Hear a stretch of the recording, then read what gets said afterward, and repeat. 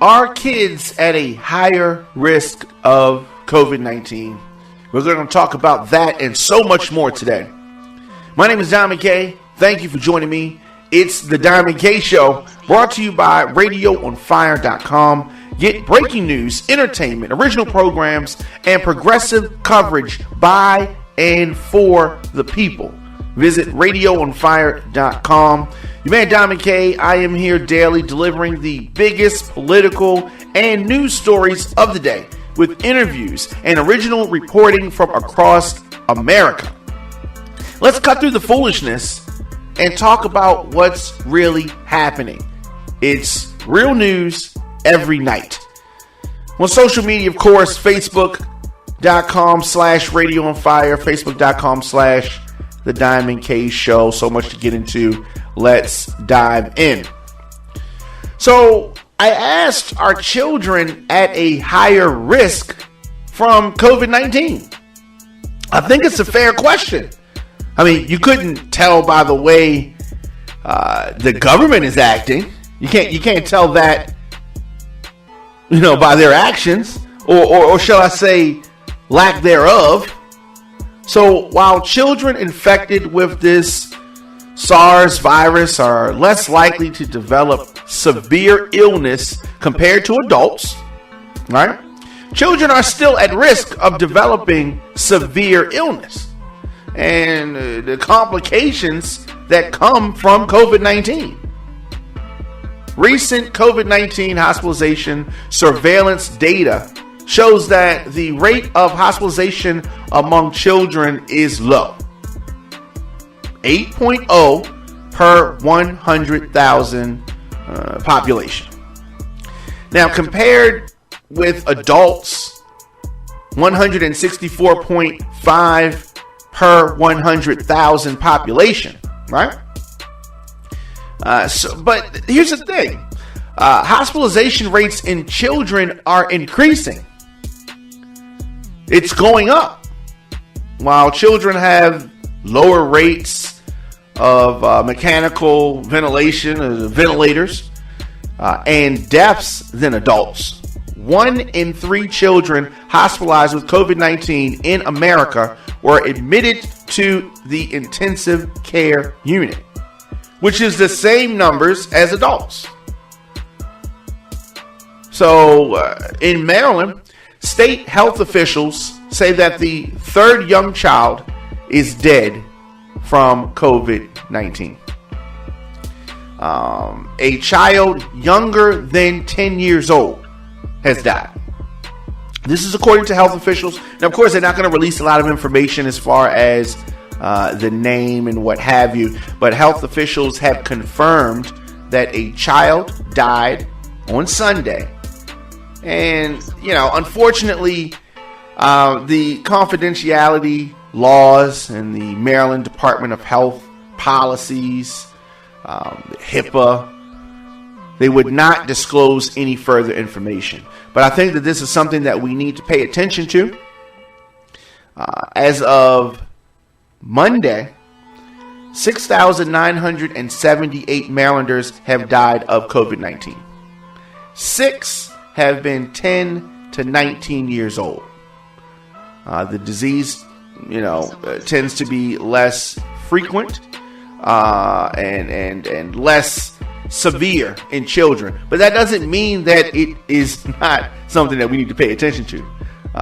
Most victims have been 60 or older. So it's a battle. It's a battle, and of course those numbers are not nearly on the range of our seniors and adults. But every life is precious, every life is valuable, and we must make sure that we are taking care of the children. You met Diamond K, of course, in here, RadioFire.com, TheDiamondKShow.com. Let's take a quick break, and we'll come back with more of the program after this.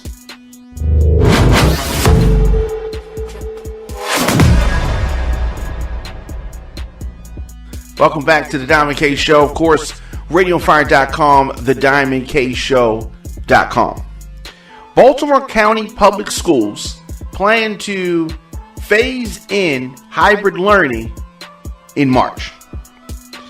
And they're going to do this starting March the 1st. The district announced yesterday. Students whose families choose the hybrid learning model will have 2 in-person learning days and 3 virtual learning days per week. This is coming from pressure all throughout the government. Students will be sorted into one of 2 cohorts. Families will still have the option to keep their children home for virtual instruction. How many of you are ready to send your kids back? I mean, you may be ready to get them out the house, but are you ready to send them back? Do you trust Baltimore City, Baltimore County, Maryland schools? Do you trust Maryland schools with your kids during this pandemic?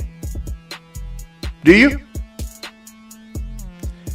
This is a statement from the superintendent, Darrell L. Williams. He said that we have heard loud and clear that some families are ready for in-person learning. While school operations will look different as we implement the CDC's recommended practices for health and safety, I look forward to greeting students and staff as they return.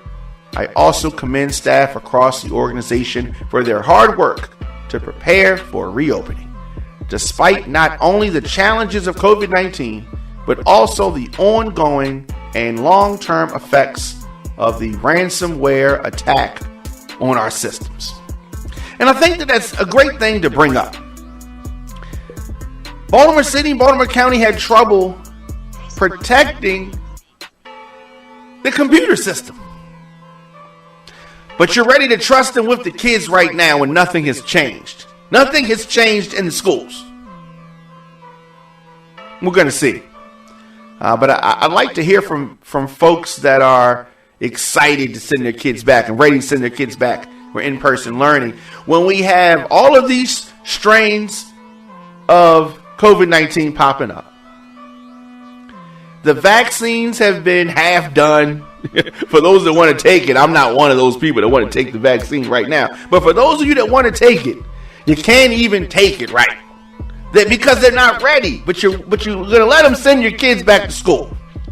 You're going to trust them with your children, your pride and joys.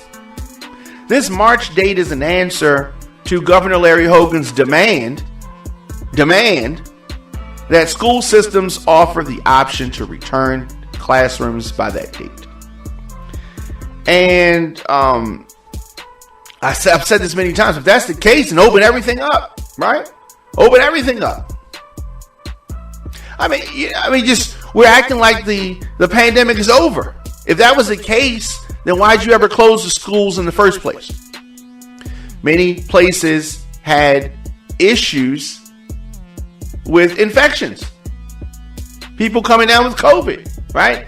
If you think that it's fine to send kids to school, nothing has changed since a year ago. So you should have never took them out of school. But you were worried then, but now, of course, you're ready to send them back to school. Because this is about money, not safety. So let's run down some of the things that are going to happen. In the week of March the 1st, students at Battle Monument, Maiden Choice, Ridge Ruxton, and White Oak School will return to buildings. All 4 days serve students with special educational needs. Okay? In the week of March the 15th, a number of students with special needs will be able to return, including students who are deaf and hearing impaired, and some students who have an individualized educational program, the IEP. Students in select career and technical education programs will be able to return. And from the conversations that I've had with folks, this is the student group that they seem to be concerned about needing the in-person learning. And I understand that. I just want them to make sure that things are safe and that they are protected, that teachers are protected, that the bus drivers are protected, that the folks working in the cafeteria are giving them food, that they're protected, and the administrators are protected, as well as the students. I want to make sure that all these things are happening.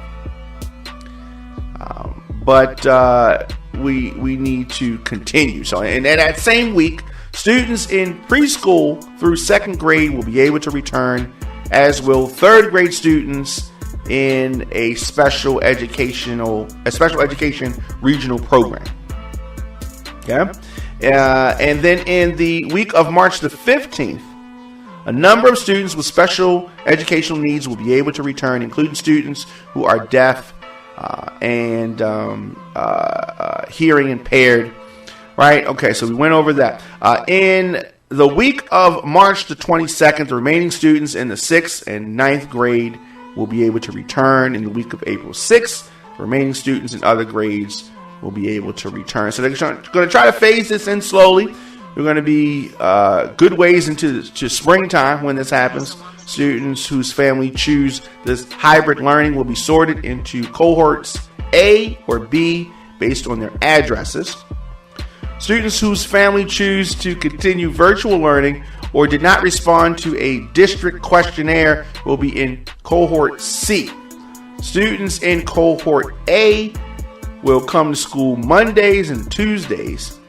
Students in cohort B will come to school Thursdays and Fridays. They will continue virtual learning on days that they are not in the building, which is Wednesdays. Okay.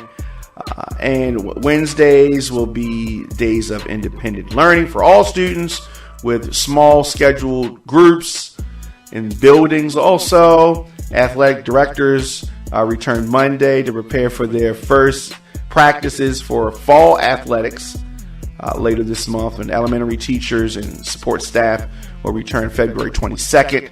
Secondary teachers and support staff will return on March the 8th. So, I mean, there's a lot of moving parts, a lot of things going on there. All elementary schools will return to last school year's start times from March the 1st. To 12 students in preschool through second grade will be sent home 2 hours early, and all elementary schools will return to a full day schedule on March 15th. So there's a lot going on with regards to the scheduling, and they want to say this, that the school system's safety protocol includes face coverings, physical distancing, frequent hand washing, cleaning, and contact tracing.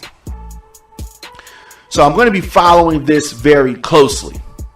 I've just seen Baltimore City and Baltimore County schools screw up a lot of things, a lot of basic things like water, heat, air, books, so many things. But we're gonna see how this goes, and we're going to continue to follow this as it progresses. You made Diamond K in here, RadioFire.com, TheDiamondKShow.com. Let's take a quick break, and we'll be back with more of the program after this.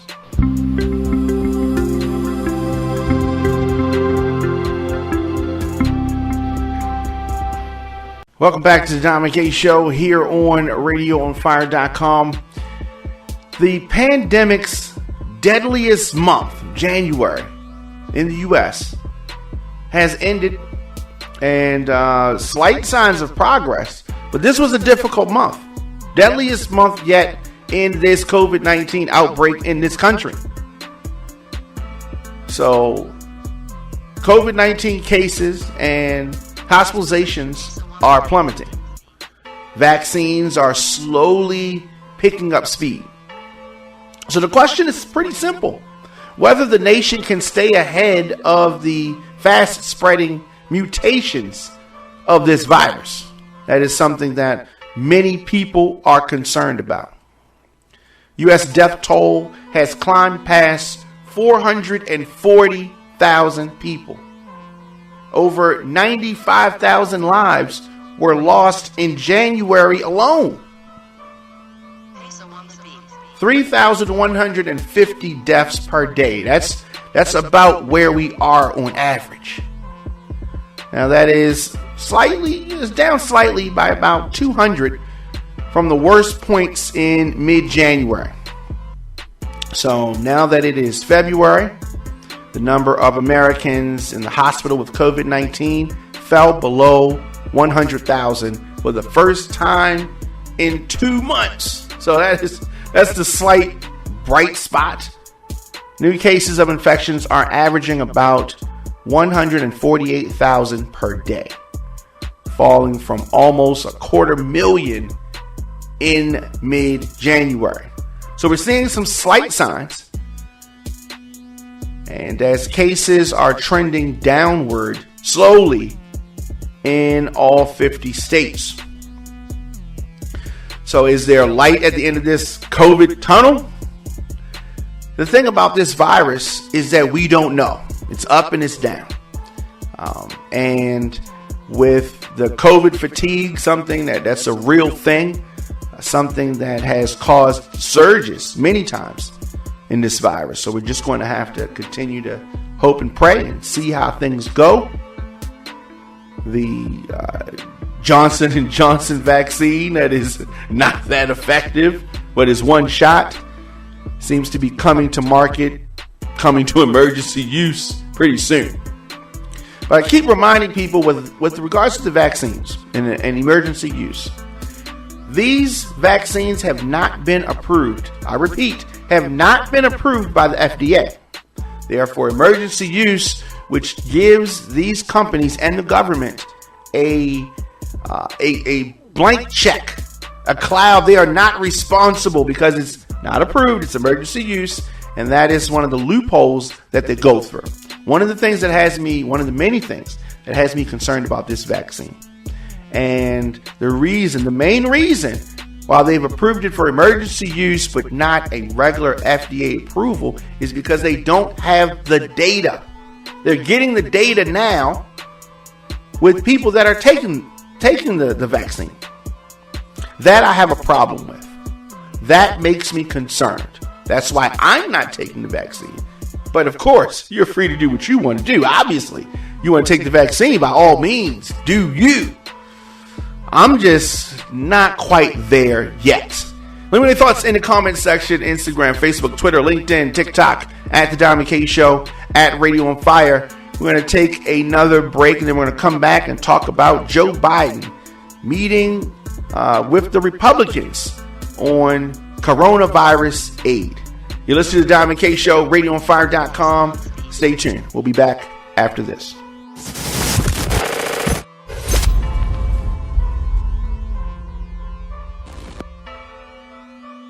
Welcome back.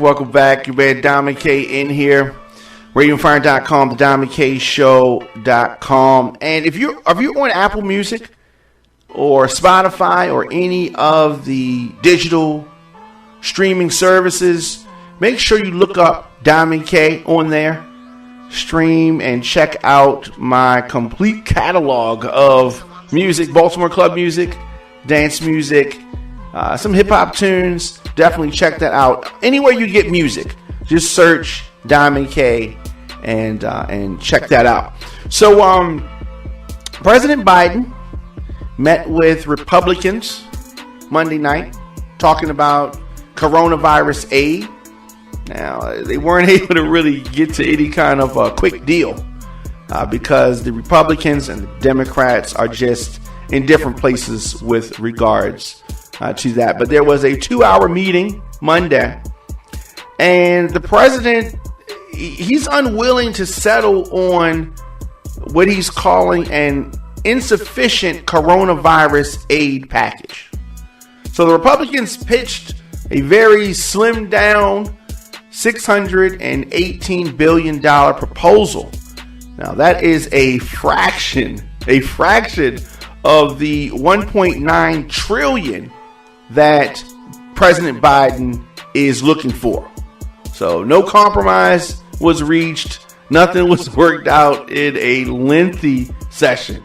2 hours, they said, over that.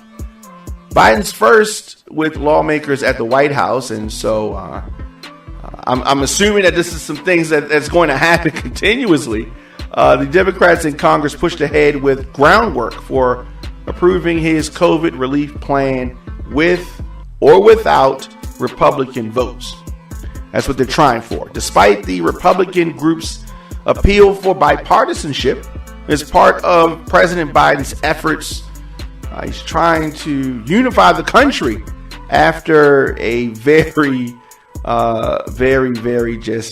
divided 4 years from the previous administration. So the Republicans seem to want to work together. The Democrats want to work together, and that involves both people, both groups, taking some steps back and agreeing to some things that maybe you didn't want, but the other side wants. It's not hard to make a deal. Everybody just needs to come to the table, and you have to be willing to give something up. So the president made it clear that he won't delay aid in hopes of winning GOP support, and I think that that's smart. It appears that the Republicans are just talking. And anything that they don't want to do, they say, I thought we were trying to unify. Right, okay, so, you know what I mean? They don't want to hold the president accountable. Well, we want to unify. You don't want to give the American people the money that they need. Oh, you don't want to unify. Okay, well, then unify. Put your money where your mouth is. White House Press Secretary Jen Psaki said that while there were areas of agreement, the president also reiterated his view that Congress must respond boldly and urgently, and noted many areas which Republican senators' proposal does not address. And she said that the president will not slow down on his work on this urgent crisis. We will not settle for a package that fails to meet the moment. And that's one of the things that the president has said frequently, meeting the moment. The two sides are very far apart. And the Republican group of 10 senators focus primarily on the healthcare crisis and smaller $1,000 direct aid to Americans. And Biden leading Democrats towards a more, shall we say, sweeping package, 3 times the size. They want to build up households, local government, and the economy. And for some reason, the Republicans are just not there. And I'm not sure why they're not there. But they need to get their minds right. Of course, RadioFire.com, the Diamond K Show. I am here daily. Radio on Fire is a listener-supported radio and podcast network streaming from our production facilities in Atlanta and Baltimore. We're able to broadcast programs like the Diamond K Show because of our listeners and some amazing partners. Partners like D Lifestyle Secrets. Are you a baby boomer? Were you born between 1946 and 1964? Well, more than 71 million Americans are baby boomers. And as they age and continue to get older, you want to experience as few aches and pains as possible while staying mobile. D Lifestyle Secrets helps you do just that by providing a blueprint to reduce and or eliminate joint pain by teaching members to communicate naturally with their bodies. DLifestyleSecrets.com gives baby boomers step-by-step videos, natural recipes, and most importantly, the motivation to re-energize themselves naturally. Visit DLifestyleSecrets.com to join this active community of baby boomers today. And I encourage you to shop with all the companies that support RadioOnFire.com. Have you ever had NutriBurst liquid vitamin? This stuff tastes great, and they say that it is great for you. NutriBurst liquid vitamin. So my girl Moochie told me about this, and me and Moochie go way back. So she says, Diamond K, you have got to try this. So I asked Moochie, what's so special about NutriBurst liquid vitamin? What makes it so good? So then she gave me the rundown. All right, 72 minerals, 10 vitamins, 22 phytonutrients, 19 amino acids, 13 whole vegetables, and 12 herbs. Wow. Get your NutriBurst liquid vitamin today at totallifechanges.com/mymuchi. That's totallifechanges.com/mymuchi. Tell them Radio on Fire sent you. Before we get out of here, I definitely wanted to say thank you for joining me. Of course, I am here daily with the biggest political and news stories of the day, interviews, original reporting from across America, cutting through the foolishness and getting to what's really happening. Real news every night here on RadioOnFire.com. Also, audio versions of the show are available on Apple Podcasts, also on Spotify. This weekend we have a lot of things lined up. Saturday, 6 p.m., Black America 21. It's going to be a critical discussion talking about Black America and where we need to go for 2021. So I'm going to host that this Saturday on Radio on Fire. And a lot of other things coming up because this is big game weekend. So the ladies of Girls Trip Radio are going to be here Saturday, 4 p.m. for their big game live show. And we're also going to have some previews, some predictions for the big game. And that's going to happen on Sunday with the guys from Sports Talk Weekly. So a lot of things going on. And of course, I'm going to be here with the Diamond K Show as well as the On Fire Mix Show. And so we have a lot of announcements coming, a lot of shows that are going to be premiering and returning for a new season. So definitely stay tuned. RadioOnFire.com, TheDiamondKShow.com. On Facebook, you can always catch us live. Radio on Fire on Facebook, The Diamond K Show also on Facebook. And visit the website, RadioFire.com. Get breaking news, entertainment, original programs, and progressive coverage by and for the people, all on RadioFire.com. If you want to advertise on the show, djdiamondk@gmail.com or visit RadioFire.com and click the advertising link, and all the info is right there. As I said, I'll be back tomorrow with more of the show.